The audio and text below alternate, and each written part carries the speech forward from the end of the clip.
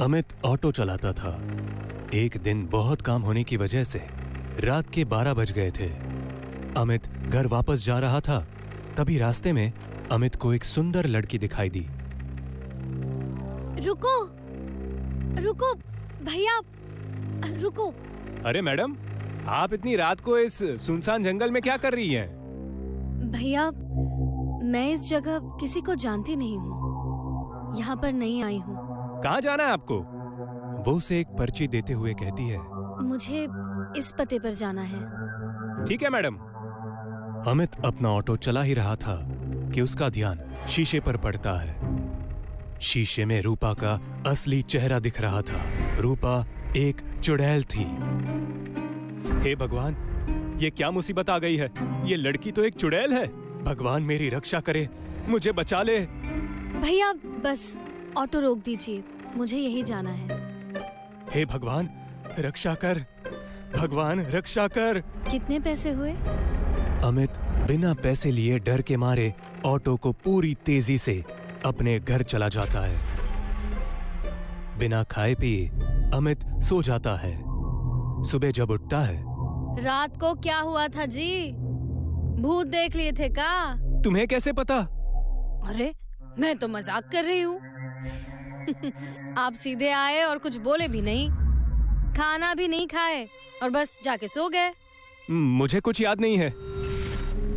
अमित और कमला आपस में बात कर ही रहे थे कि तभी रूपा दरवाजा खटखटाती है। क्या मैं अंदर आ सकती हूँ? रूपा को देखकर अमित के पसीने छूटने लगते हैं। आइए, अंदर आइए, आइए। इस मोहल्ले में मैं नहीं हूँ। भैया कल मुझसे पैसे लिए बिना ही वहाँ से चले गए। कोई बात नहीं। क्या हुआ था जी? आपके इतने पसीने क्यों छूट रहे हैं? गर्मी बहुत ज्यादा है ना, शायद इसलिए। हाँ हाँ। रूपा पैसे देकर चली जाती है। अमित और कमला आपस में बात करने लगते हैं। आपकी तबीयत ठीक है ना? तुम उस लड़की से दूर रहना, इसी में हमारी भलाई है। अरे ये क्या बोल रहे हैं जी आप? अमित काम करने चला जाता है। कमला रूपा से मिलने जाती है। अरे दीदी, आप यहाँ? हाँ, मैं सोची तुम नहीं आई हो, अकेले सामान की व्यवस्था नहीं कर पाओगी, इसलिए मैं यहाँ तुम्हारी मदद करने के लिए चली आई। बहुत अच्छा किया। वैसे आपका नाम क्या है? मेरा नाम कमला है। और तुम्हारा? मेरा नाम रूपा है। वैसे भैया बहुत अच्छे हैं, उन्होंने रात में मेरी मदद की थी। रूपा नाम बहुत अच्छा है। किसी चीज की मदद की जरूरत हो तो हमें जरूर बताना। कमला को वहाँ बहुत अजीब सी गंध महसूस होती है और वो घर आ जाती है। रात हो जाती है। अमित और कमला सो रहे होते हैं। तभी कमला को अजीब सी डरावनी आवाज सुनाई देती है। कमला खिड़की से बाहर झांक के देखती है तो उसे चुड़ैल दिखाई देती है। चुड़ैल? नहीं छोड़ूंगी, नहीं छोड़ूंगी। उठिए जी, अजी उठिए, देखिए ना बाहर कौन है। चुड़ैल, मुझे पता था यही होगा। अब कोई नहीं बचेगा, हम सब मारे जाएंगे। क्या पता था आपको? हाँ? कुछ नहीं, चुपचाप सो जाओ। दोनों सो जाते हैं। सुबह उठते ही अमित मोहल्ले के सरदार से बात करने चला जाता है। सरदार के साथ अमित का दोस्त सुमित भी होता है। अमित, क्या बात है, बहुत डरे हुए हो? सरदार जी, हमें कुछ करना होगा। हुआ क्या है, पहले बताओगे तब ना। हमारे मोहल्ले में चुड़ैल रहती है। कल रात मैं और मेरी पत्नी कमला दोनों ने उस चुड़ैल को देखा। चुड़ैल कुछ बोल रही थी? हाँ, बोली रात में जिसे देख लूंगी उसे छोड़ूंगी नहीं। तुमने जरूर कोई सपना देखा होगा। अरे हमारे मोहल्ले में कोई चुड़ैल नहीं है। सरदार वहां से चला जाता है। अमित और सुमित आपस में बात करने लगते हैं। अमित, हमारे मोहल्ले में एक नई लड़की आई हुई है, बहुत सुंदर है, वो हमें बहुत पसंद है। सुमित, तुम दूर रहना उस लड़की से। क्या हुआ, ऐसे क्यों बोल रहे हो? क्योंकि वही लड़की चुड़ैल है। तुम भी गजब का मजाक करते हो। मत करो विश्वास मेरी बातों पर, एक दिन पछताओगे। एक दिन सरदार रास्ते में जा रहा था तो सामने से रूपा को आते देख रुक जाता है। तो तुम ही हो नई लड़की? हाँ, लेकिन आप कौन हो? मैं इस मोहल्ले का सरदार हूँ। अच्छा, तो आप हैं सरदार जी। आपको यहाँ किसी प्रकार की मदद चाहिए तो हमें बता देना। मदद? वो तो तुझे चाहिए होगी आज। कुछ कहा आपने?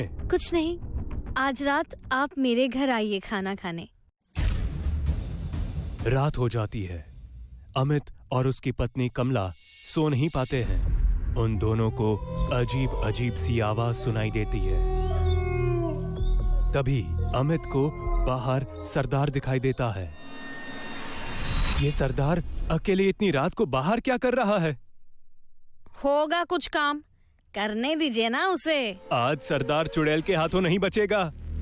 तभी रूपा सरदार के पास आती है। अब ये रूपा सरदार के पास क्यों आई है? उसी वक्त रूपा चुड़ैल में बदल जाती है। हे भगवान, रूपा ही चुड़ैल है। कमला छिपकर देख रही होती है। तभी चुड़ैल सरदार का गला पकड़ के हवा में उठा देती है। तुम्हारी इतनी हिम्मत कि तुम मेरे सामने आओगे? मुझे माफ कर दो, मुझसे गलती हो गई, मुझे जाने दो। हाँ, मैं तुम्हें छोड़ दूंगी हमेशा हमेशा के लिए। चुड़ैल सरदार का खून चूस चूस के मार देती है। ये सब देख अमित और कमला बहुत डर जाते हैं। सुबह दोनों आपस में बात करने लगते हैं। अब हम लोगों का क्या होगा? ये रूपा ऐसे ही हम सबको एक एक करके मार देगी जी। अब भगवान ही बचाएगा हम सबको। हम लोग ना इस जगह को हमेशा के लिए छोड़कर चले जाते हैं। हाँ, ये ठीक रहेगा। मैं आज कुछ पैसे उधार लेकर आता हूँ। कल हम लोग इस मोहल्ले को हमेशा के लिए छोड़कर चले जाएंगे। अमित काम के लिए चला जाता है। कमला घर में अकेली होती है। तभी रूपा वहाँ आती है। मेरे घर में चीनी खत्म हो गई है, क्या थोड़ी सी चीनी मिलेगी? आज ये चुड़ैल मुझे मार देगी, मेरा खून पी जाएगी। दीदी, दीदी, किस सोच में पड़ गई आप? कुछ नहीं रूपा। हाँ, क्या चाहिए तुम्हें? थोड़ी चीनी चाहिए थी। हाँ, अभी लाती हूँ। हाँ, अभी लाती हूँ। कमला रूपा को चीनी दे देती है। रूपा चली जाती है। रात बहुत हो जाती है। अमित ऑटो लेकर घर जा रहा होता है। आज भी बहुत रात हो गई। उस चुड़ैल के हाथों में मैं पड़ गया तो जिंदा नहीं बचूंगा। तभी अमित को सुमित दिखाई देता है। अमित ऑटो रोक देता है। अमित कुछ बोलना चाहता है, उससे पहले अमित को रूपा दिख जाती है। हे भगवान, ये तो चुड़ैल रूपा है। आज ये मेरे दोस्त सुमित को नहीं छोड़ेगी। मैंने सुमित को मना किया था, उसने मेरी बात नहीं सुनी। कुछ भी हो, इससे मुझे बचाना पड़ेगा। अमित दोनों के पीछे जाने लगता है। तभी अमित को दोनों की बातें सुनाई देती है और अमित छिप के सुनने लगता है। रूपा, तुम बहुत सुंदर हो। सुंदर? और मैं? ये कहकर रूपा चुड़ैल बन जाती है। चुड़ैल! अब कैसी लगी मैं तुझे? हाँ? हूँ ना सुंदर? हूँ ना सुंदर?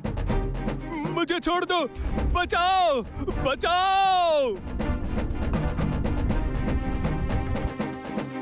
अमित कुछ कर पाता उससे पहले ही चुड़ैल सुमित का गला तोड़ देती है और उसका खून पीने लगती है।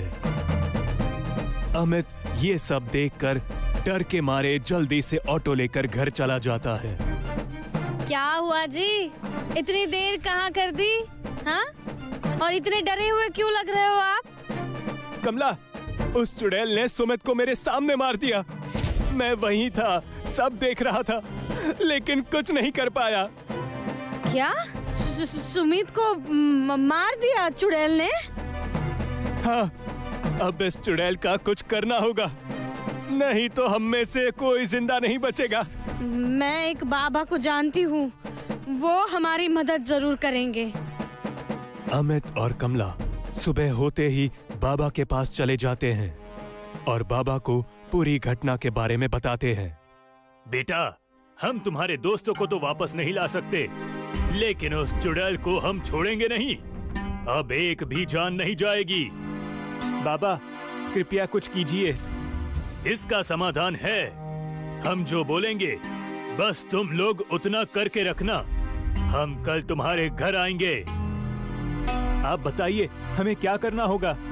बहुत सारी लकड़ियों को इकट्ठा करके रखना और किसी को मत बताना कि ये सब हमने तुमसे कहा है करने को। अमित कमला घर वापस आ जाते हैं। जैसे बाबा ने बताया होता है वैसे ही अमित बहुत सारी लकड़ियों को इकट्ठा करके रख देता है।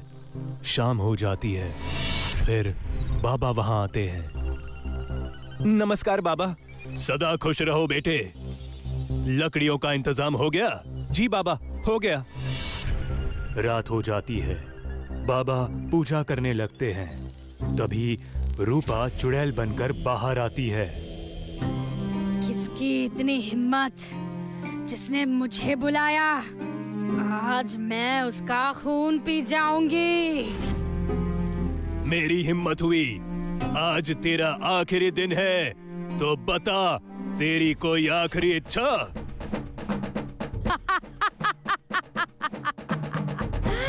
हाँ, तेरा खून पीना है। अमित, लकड़ियों में आग लगाओ। अमित लकड़ियों में आग लगा देता है।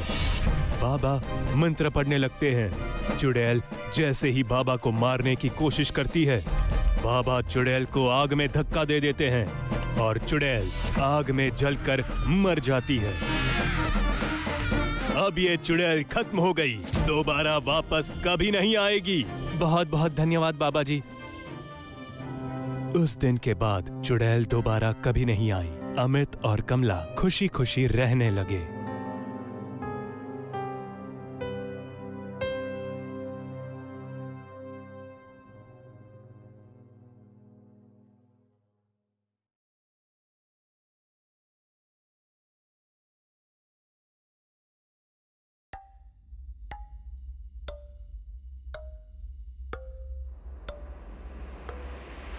रात के 12 बजे पायल और दानिश अपने एक इवेंट से घर लौट रहे थे। उन्होंने शॉर्टकट के लिए एक बस्ती चुनी थी जो उनकी 30 किलोमीटर तक की ड्राइव बचा सकता था।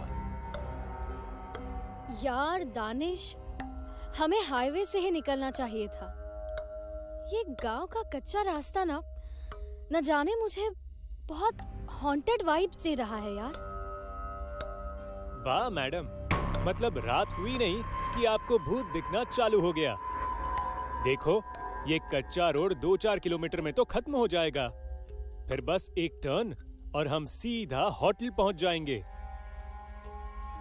दानिश और पायल दोनों ही कार में बैठे एक दूसरे से बातें कर रहे थे और दानिश भी गाड़ी को गांव के उस बस्ती वाले कच्ची सड़क पर दौड़ाए जा रहा था। दानिश, तुम्हें क्या हमारी गाड़ी के अलावा कोई भी दूसरी गाड़ी दिखाई दे रही है? नहीं ना? तो तेज चलो, कहीं कोई खौफनाक मंजर हमारी मौत का फरमान लिए इंतजार न कर रहा हो। चलो जल्दी। यार, तुम डरा रही हो या बात कर रही हो? इससे अच्छा तुम सो ही जाओ।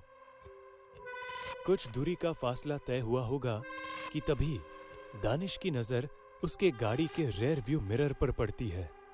जिसे देखकर उसका खून जम गया।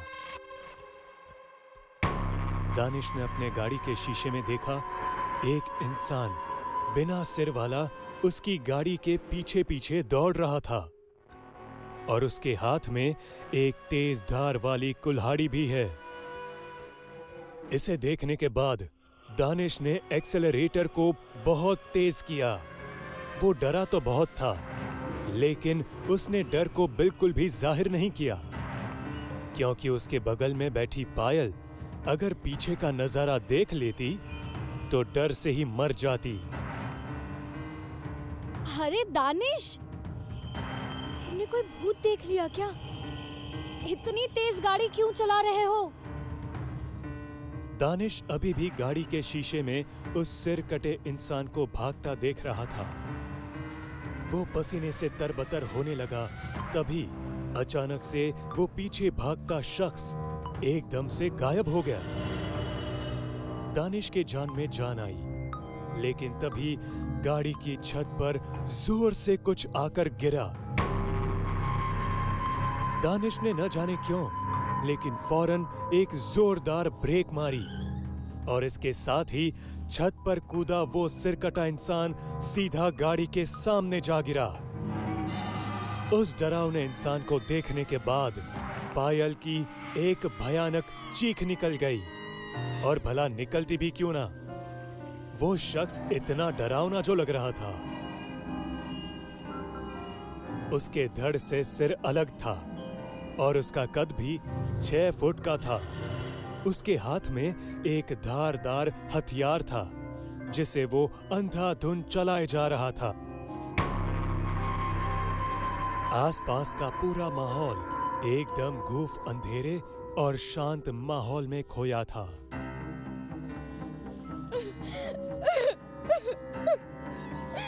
दानिश, मैंने कहा था ना, इस रास्ते से नहीं चलते हैं।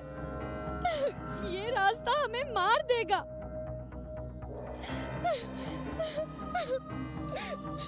पायल, शांत हो जाओ और चुपचाप बैठी रहो।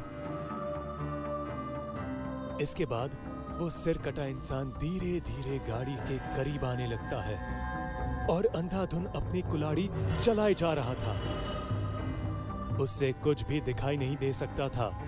इसी वजह से वो कुल्हाड़ी को कभी गाड़ी के बोनेट पर मारता तो कभी गाड़ी की हेडलाइट पर।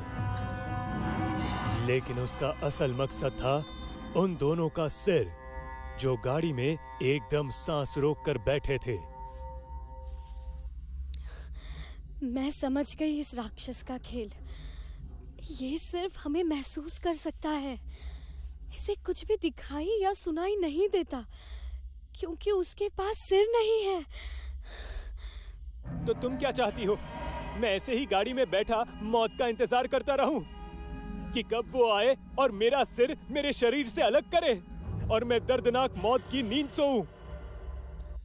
दानिश पायल की बातों से बिल्कुल भी सहमत नहीं था। उसने पायल को भागने को कहा, लेकिन पायल गाड़ी के सीट से चिपकी बैठी रही। अब तक वो सिर कटा इंसान शांत था, लेकिन जैसे ही हल्की चहलकदमी हुई कि वो अंधाधुंध भागने लगा।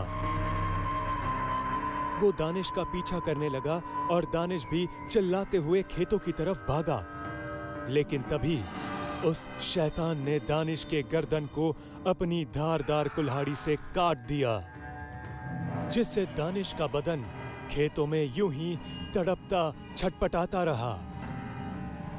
इसके बाद जो भयानक दृश्य पायल के सामने था वो ये था कि इसके बाद उसने एक और खौफनाक मंजर को देखा। उसने देखा कि वो शैतान सूंघते हुए दानिश के कटे सिर के पास पहुंचे और उस सिर को उसने अपने गर्दन की जगह लगा दिया। बाप रे, ये तो बहुत बेरहम हैवान है। मुझे जल्दी निकलना होगा। इससे पहले वह शैतान पायल की तरफ आ पाता, पायल ने गाड़ी रिवर्स ली और उस कर्स्ड रोड और उस सिर कटे इंसान की दहशत से बच निकली। पायल एक खुशनसीब लड़की थी जो उस रात मौत के मुंह के एकदम करीब से जान बचाकर बच निकली। वो सिर कटा इंसान पिछले 15 साल से उसी श्रापित बस्ती में घूमता है और जिस किसी की भी उसे बू लग जाती है उसका भी वो सिर धड़ से अलग करके उसे भी सिर कटा इंसान बना देता है।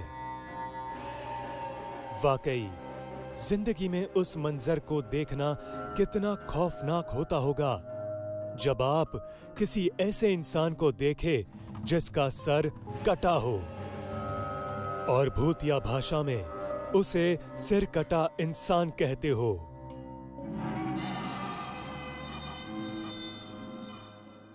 सारांश अपने बीवी और 2 बच्चों के साथ अपने आगे की जिंदगी बहुत खुशनुमा तरीके से बिताना चाहता था। उसे एक बड़े और खूबसूरत घर की बहुत जरूरत थी जिसमें वो अपने परिवार के साथ सुकून से रह सके। इसी बीच एक ब्रोकर ने उसे एक घर के बारे में बताया जो शहर के एकदम कोने में है, बिल्कुल किसी फार्म हाउस की तरह। घर तो वाकई सुंदर था, लेकिन समस्या यही थी कि ये घर शहर से थोड़ा दूर एकदम सुनसान इलाके में था। इसी वजह से इस घर की कीमत इसके असल कीमत से काफी कम थी, जो कि एक फायदे का सौदा हो सकता था। Rita, what do you think? ये घर हमारे लिए कैसा रहेगा? मुझे तो बहुत सही लग रहा है। घर तो वाकई अच्छा है, लेकिन प्रॉब्लम ये है कि इलाका बहुत सुनसान है और यहाँ इकलौता सिर्फ हमारा ही घर होगा। अरे लेकिन ये तो अच्छी बात है ना, क्योंकि इसमें हम शांति से रह पाएंगे, शहर के इतने शोर शराबे से दूर, एकदम खुशनुमा ढंग में। ये बात भी सही है। वेल, अगर तुम्हें ठीक लग रहा है तो इसे फाइनल करते हैं। और नहीं तो क्या, इतना सुंदर और बड़ा घर, वो भी इतनी कम कीमत में, ये तो वाकई लाजवाब सौदा है। और वैसे भी अगर कोई परेशानी हुई तो हम तुरंत निकल जाएंगे। बिल्कुल सही। इसके बाद सारांश उस घर को खरीद लेता है। घर बहुत ही सुंदर था, काफी बड़ा था। जब वो सभी घर में एंटर होते हैं तो उन्हें उस घर में बहुत सी अजीब पेंटिंग्स दिखाई देती है। पेंटिंग कई मर्डर्स, क्राइम्स और बलात्कार की थी।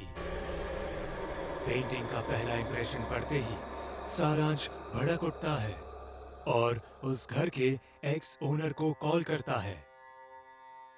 अरे शुक्ला जी, ये कैसा घर है आपका? इतनी खराब पेंटिंग्स कौन लगाता है यार?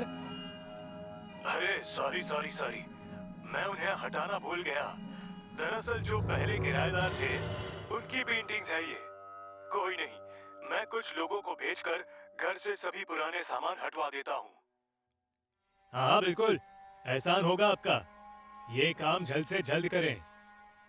इसके बाद उस घर से सभी पुराने सामानों को बाहर कर दिया जाता है।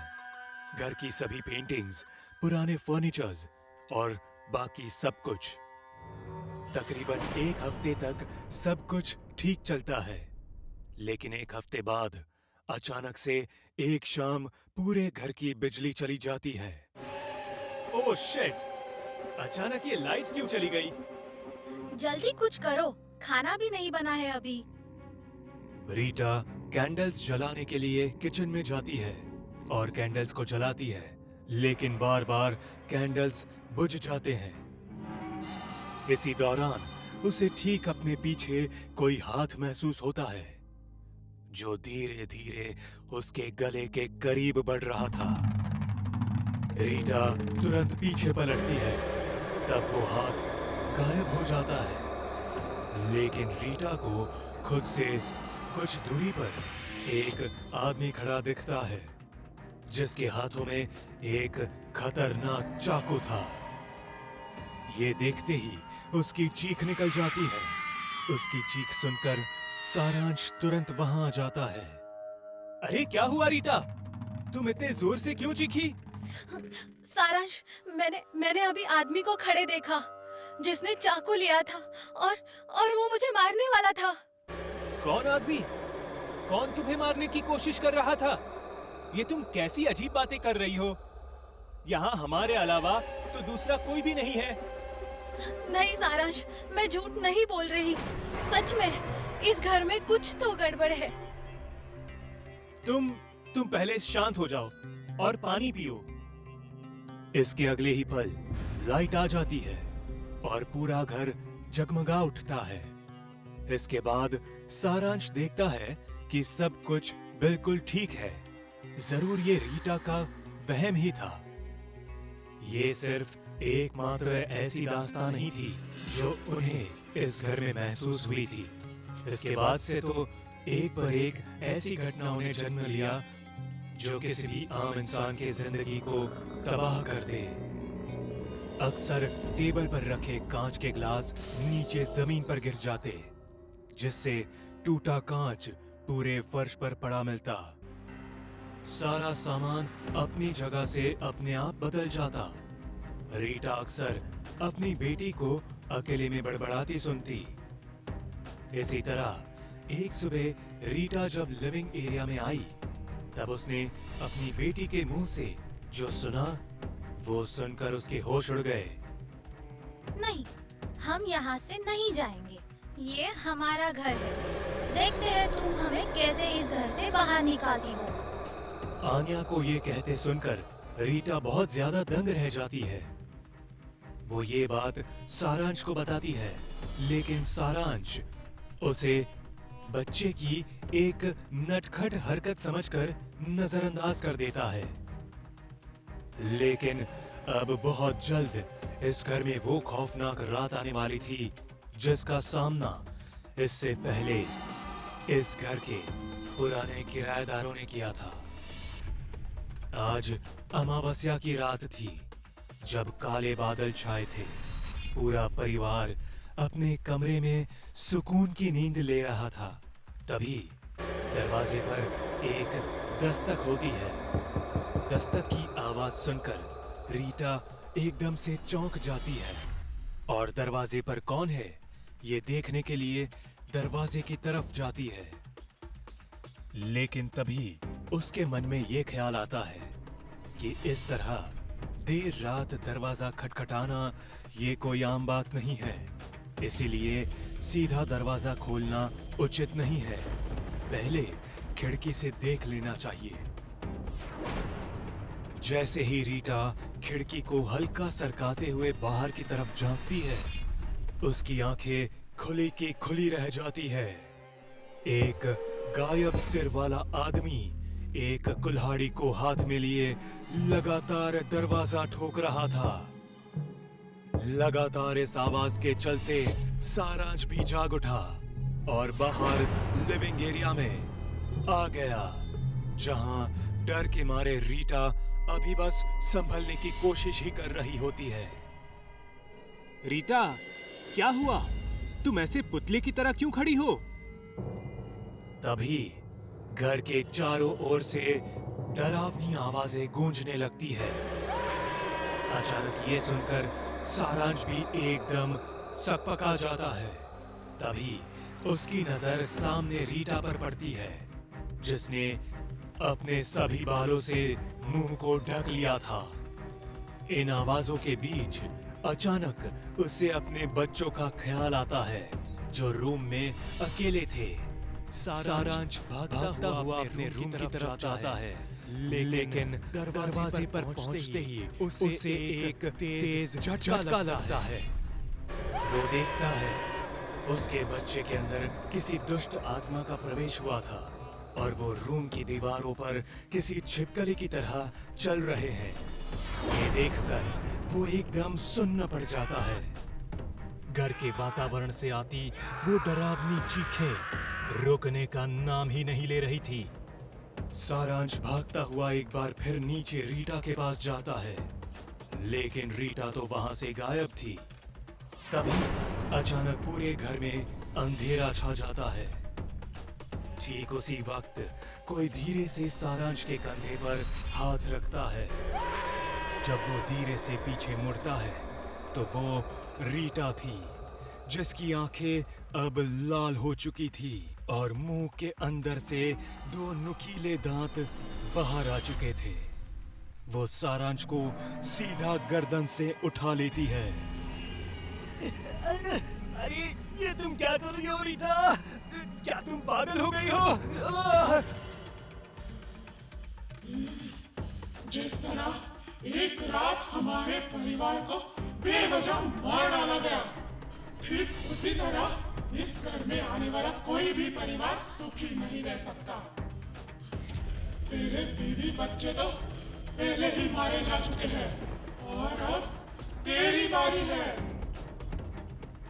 इतना कहते हुए रीटा सारांश को एक तेज रफ्तार से सामने पिलर्स की तरफ फेंक देती है, जिससे उसे गहरे जख्म लगते हैं।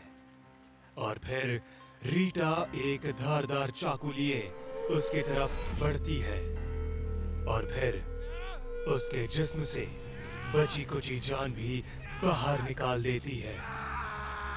कहते हैं जब भी आप अपना घर खरीदो तो अच्छी जांच पड़ताल जरूर कर ले, क्योंकि कई घरों की कहानियां बहुत भयानक होती है, जिसका अंजाम कल्पना मात्र से शरीर में खौफ की नदियां बहने लगती है। इस परिवार के साथ भी कुछ ऐसा ही हुआ। ये भी निशाना बने एक ऐसे घर का जो कि श्रापित था। उस श्रापित घर का इतिहास कुछ इस प्रकार है कि कई सालों पहले इसी घर में एक परिवार रहता था। अब क्योंकि ये घर शहर से एकदम हटकर एक सुनसान इलाके में बसा था, तो इस वजह से इस घर को निशाना बनाना लुटेरों के लिए आसान था। एक रात कुछ इसी तरह दस्तक सुनने के बाद परिवार के लोगों ने दरवाजा खोला। तब 2 लुटेरे अंदर दाखिल हुए और उन्होंने पहले तो सारे धन जेवर लूट लिए और हाथापाई के दौरान पूरे परिवार को मार डाला। तब से ये घर पूरी तरह से श्रापित हो चुका है और जो भी यहाँ रहने आता है वो जिंदा नहीं बचता। चलो, आज के ऑर्डर्स पूरे हो गए। अब थोड़ी देर आराम कर लेती हूँ। बहुत थक गई हूँ। ऐसा कहकर हया एक चेयर पर बैठ गई। वहीं उसकी आंख लग गई। वो एक गहरी नींद में सो गई। तभी उसे ऐसा एहसास होने लगा जैसे उसकी सांसें फूल रही हो। वो जोर जोर से गहरी सांसें लेने की कोशिश करने लगी। धीरे धीरे उसे ऐसा लगा जैसे कोई उसका गला दबा रहा हो। उसने खुद को छुड़ाने की कोशिश की। किसी तरह उसने अपने आप को छुड़ाया और वो जोर जोर से खांसने लगी। और जैसे ही उसने आईने में खुद को देखा तो उसके मुंह पर छाले पड़ गए थे। लाल रंग के धब्बे दिख रहे थे। वो जोर से चिल्लाई। तभी उसकी नींद खुल गई। वो बहुत डर गई थी। उसने घबराते हुए आईने में खुद को देखा। उसका चेहरा बिल्कुल साफ था। हया ने गहरी सांस ली। शुक्र है ये एक सपना था। इतना डरावना सपना। ऐसा लग रहा था मानो सब सच हो। दूसरे दिन शाम को हया अपने काम से बाहर जा रही थी। रास्ते में उसे टीना मिली। हाय हया, कहाँ जा रही हो? चलो तुम्हें ड्रॉप कर देती हूँ। नहीं, मैं तो बस अपने काम से अपने फ्रेंड के घर जा रही हूँ। लेकिन तुम कहाँ जा रही हो? मैं तो बस ऐसे ही बाहर निकली थी। अगर तुम्हें कहीं जाना है तो मैं ड्रॉप कर देती हूँ। ठीक है, चलो। कुछ देर आगे जाने के बाद टीना की गाड़ी के आगे से एक काला साया गुजरा। टीना ने जोर से ब्रेक लगाया।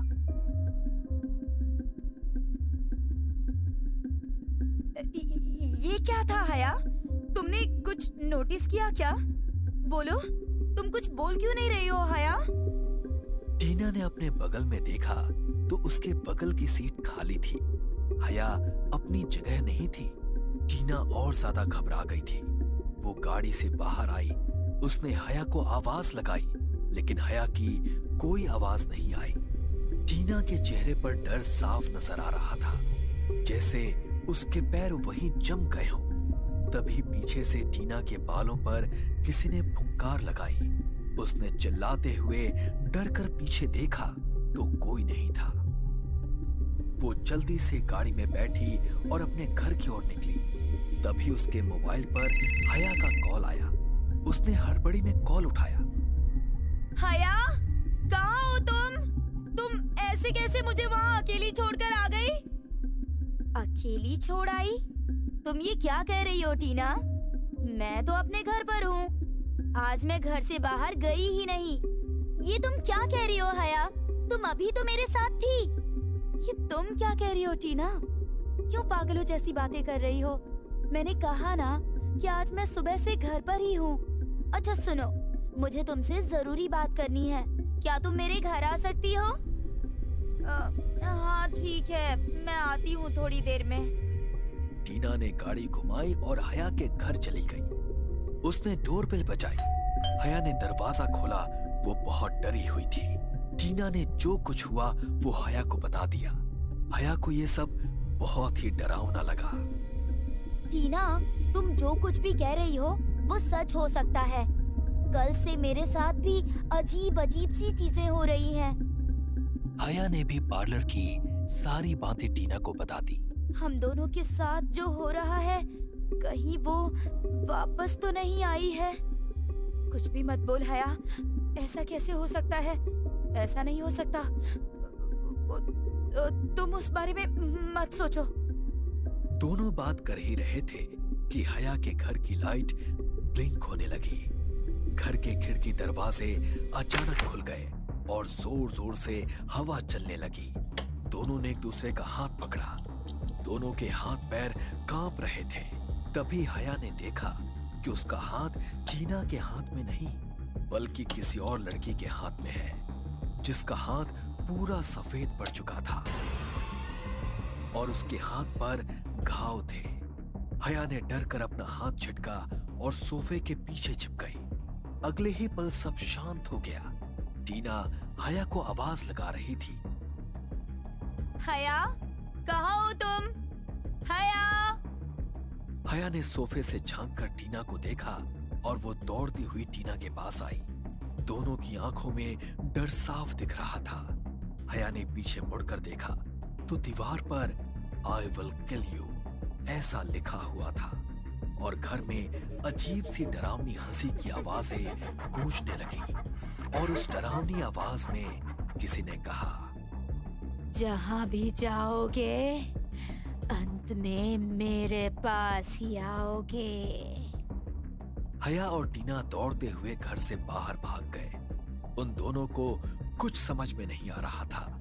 हया के घर के बाहर उन दोनों ने रात गुजारी। अगले दिन सुबह हया और टीना बाहर निकले तो एक कागज उड़ते हुए उनके पास आया। उस कागज पर एक औरत का नाम और फोन नंबर लिखा था और नीचे इंफॉर्मेशन थी कि वो एक पैरानॉर्मल एक्सपर्ट है। हया ने टीना से कहा कि हमें इस औरत से बात करनी होगी, शायद ये हमारी कुछ मदद कर दे। हया ने उस औरत के दिए गए नंबर पर कॉल किया। उस औरत ने अपना एड्रेस बताया। हया और टीना बिना वक्त गवाए उस औरत के पास चले गए। जब वो दोनों वहां पहुंचे तो वहां पूरी तरह अंधेरा था। टीना ने अपने मोबाइल की टॉर्च चलाई। सामने उन्होंने एक औरत को देखा। उसके सामने एक सफेद रंग का गोला था। दोनों उसके पास गए। उसने दोनों को बैठने के लिए कहा। माया मैम, आप ही हमारी मदद कर सकती हैं। हमारे साथ जो कुछ हो रहा है हमें तो कुछ समझ में ही नहीं आ रहा। माया ने दोनों को शांत बैठने के लिए कहा और अपनी आंख बंद कर ली। थोड़ी देर बाद उसने अपनी आंखें खोली। जो कुछ हुआ था सब बताओ। जो कुछ हुआ था मतलब हमने कुछ नहीं किया है।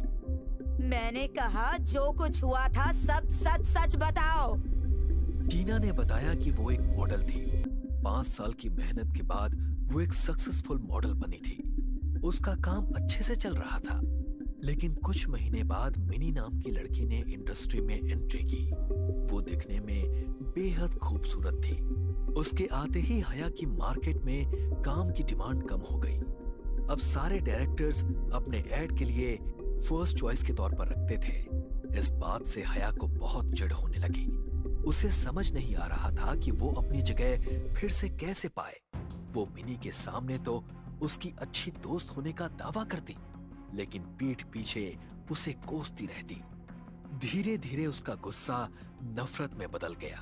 वो किसी भी तरह मिनी को अपने रास्ते से हटाना चाहती थी, साथ ही मॉडलिंग इंडस्ट्री में उसे बदनाम करना चाहती थी। इसीलिए उसने एक प्लान बनाया। एक दिन टीना मिनी के मेकअप रूम में गई। उसने बताया कि वो एक बहुत अच्छी पार्लर वाली को जानती है। अरे, वो बहुत अच्छी मेकअप आर्टिस्ट है। मैं खुद भी उसी से मेकअप करवाती हूँ। अगले हफ्ते वैसे भी तुम्हारा शूट है, तो तुम उसी से मेकअप क्यों नहीं करवाती? टीना की बातों पर भरोसा करके मिनी हया के ब्यूटी पार्लर में चली गई। टीना ने पहले से ही हया को सारी बात बता दी थी।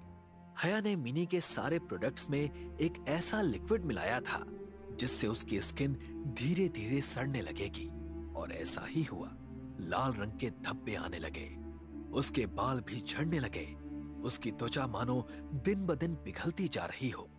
धीरे धीरे ये बात मॉडलिंग इंडस्ट्री में आग की तरह फैल गई। सभी डायरेक्टर्स और प्रोड्यूसर्स ने मिनी के साथ काम करने से मना कर दिया। टीना को फिर से इंडस्ट्री में अपनी जगह मिल गई थी। मिनी अंदर से बहुत टूट गई थी।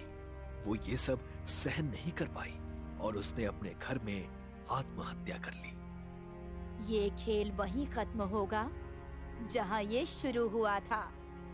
टीना, माया और हया अपने पार्लर में गई। पार्लर में जाने के बाद माया ने कुछ मंत्र पढ़ना शुरू किया। धीरे धीरे पार्लर की सारी चीजें हिलने लगी। तुम मेरा कुछ नहीं बिगाड़ सकती मिनी। आज मैं अकेली नहीं आई हूँ, हमारे साथ माया मैम भी आई हैं। टीना के ऐसा कहते ही पार्लर के सारे शीशे टूटने लगे और माया जो पीठ की तरफ खड़ी थी वो अजीब आवाज में हंसने लगी। माया ने पीछे मुड़कर देखा तो टीना और हया के पैरों तले जमीन खिसक गई। माया अब मिनी के रूप में बदल गई थी। तुम दोनों ने मिलकर मेरी पूरी जिंदगी बर्बाद कर दी, मुझे मरने पर मजबूर किया। अब तुम दोनों की बारी है, मैं तुम दोनों को छोड़ूंगी नहीं। ऐसा कहकर मिनी ने हया पर हमला किया और उसे जमीन से उठाकर वापस जमीन पर पटक दिया। थोड़ी ही देर में हया की तड़प तड़प कर मौत हो गई। टीना मिनी के सामने हाथ जोड़कर माफी मांगने लगी। मुझे माफ कर दो मिनी, मुझसे गलती हो गई, प्लीज मुझे माफ कर दो। मैं मरना नहीं चाहती। मैं तुम्हें नहीं मारूंगी, तुम इतनी आसानी से नहीं मर सकती। तुम्हें उस दर्द से गुजरना होगा जो मैंने सहा था। धीरे धीरे पार्लर की सभी चीजें हिलने लगी। जो क्रीम हया ने मिनी को लगाई थी वो अपने आप टीना को लगने लगी। कुछ दिन बाद टीना की हालत भी मिनी जैसी हो गई। उसके बाल भी झड़ने लगे। टीना भी अपनी बर्बादी नहीं देख पा रही थी, इसीलिए उसने भी अपने ही घर में आत्महत्या कर ली।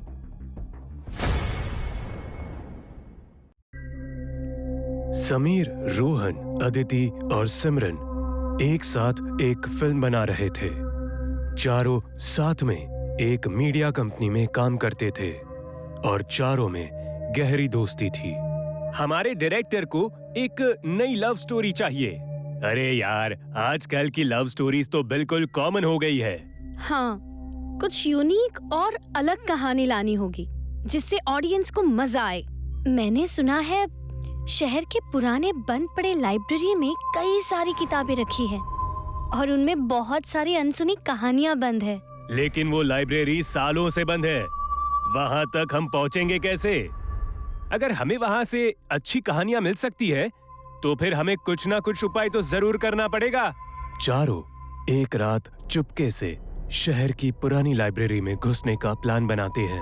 वो लाइब्रेरी पुराने कब्रिस्तान के बगल में थी, जिस वजह से उस लाइब्रेरी के बारे में कई तरह की अफवाहें भी फैली थी।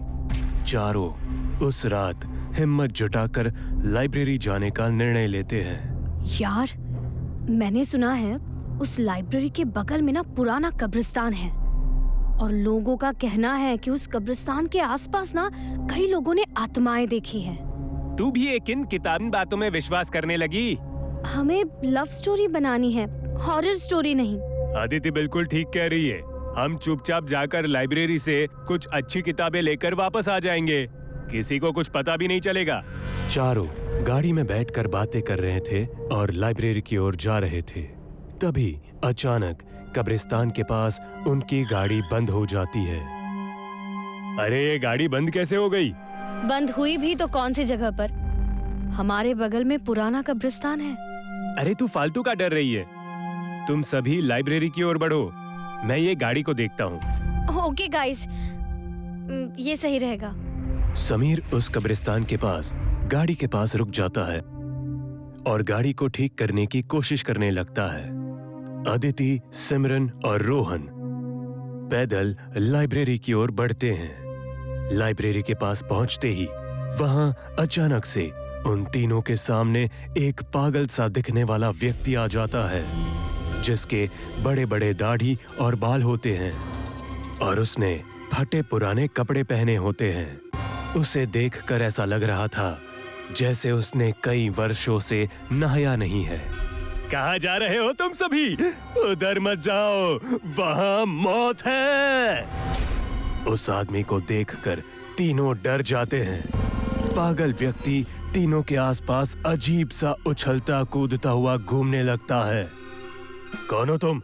हट जाओ हमारे रास्ते से। मौत का साया है, जो भी यहाँ आया है वापस ना जा पाया है। मुझे बहुत डर लग रहा है। तुम चिंता मत करो, मैं कुछ करता हूँ। राहुल वहाँ पर पड़े एक लाठी से उस पागल आदमी को मारकर भगाने की कोशिश करता है। वो व्यक्ति उन तीनों को देखकर पागलों की तरह हंसता हुआ वहाँ से चला जाता है। तुम सबका समय आ गया है। अगर अपनी जान बचाना चाहते हो तो चले जाओ यहाँ से, वरना सब मरेंगे। वो इंसान ऐसा क्यों बोल रहा था? अरे यार, तुम एक पागल की बात पर विश्वास कर रही हो, उसे तो खुद का होश नहीं। चलो जल्दी से जो काम करने आए थे वो कर लेते हैं। तीनों लाइब्रेरी के पीछे की खिड़की का शीशा तोड़कर लाइब्रेरी के अंदर घुस जाते हैं। लाइब्रेरी में कई तरह की पुरानी किताबें रखी होती है। तीनों लव स्टोरी की किताब ढूंढने लगते हैं। उस लाइब्रेरी में चारों ओर अंधेरा होता है। तभी अचानक से एक किताब अदिति के पास आकर गिरती है। वो किताब एक सफेद कपड़े में लिपटी होती है और उसके ऊपर कई तरह के धागे भी बंधे होते हैं। ये कौन सी किताब है और ये इस कपड़े में क्यों लपेट कर रखी है? अदिति सारा धागा और कपड़ा हटाकर वो किताब निकालती है।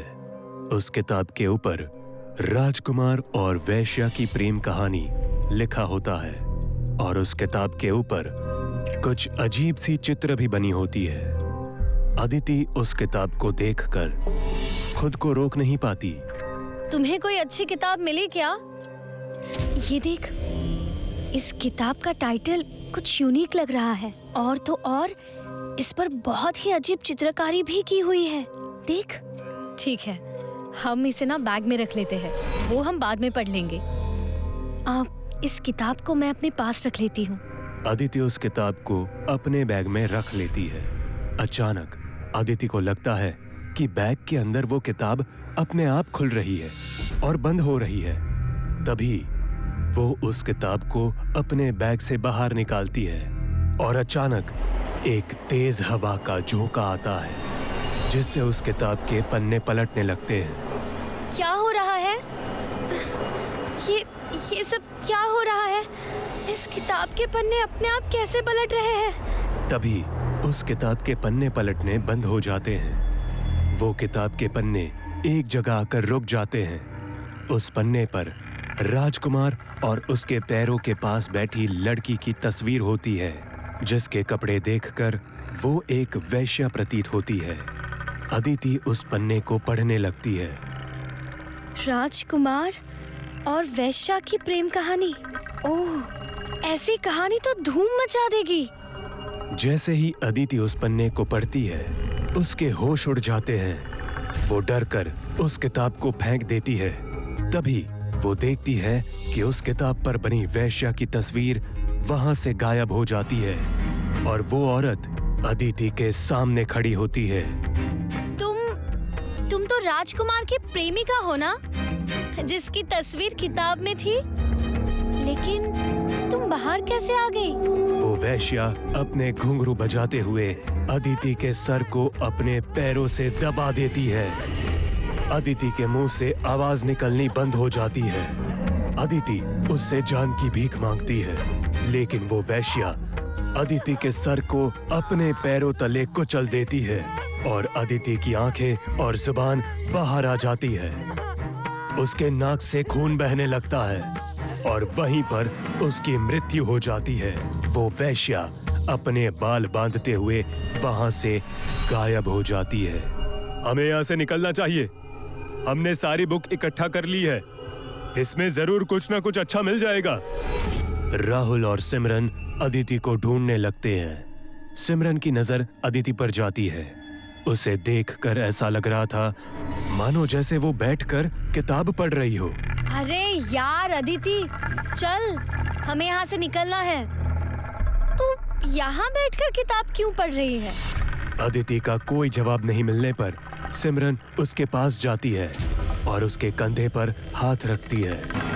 अदिति की लाश लुढ़क कर गिर जाती है। सिमरन अदिति को देखकर डर जाती है और वो जोर से चिल्लाती है। क्या हुआ? क्यों चिल्ला रही हो? अदिति, अदिति, अदिति! रोहन अदिति की लाश को देखकर हैरान हो जाता है और वो सिमरन का हाथ पकड़कर वहां से भागने लगता है। तभी वो गलती से अपना पैर उस किताब के ऊपर रख देता है। अदिति की ऐसी हालत किसने की होगी? ये देखकर ऐसा लगता है मानो जैसे कोई बुरी ताकत का काम हो। हमें यहाँ से फौरन निकलना होगा।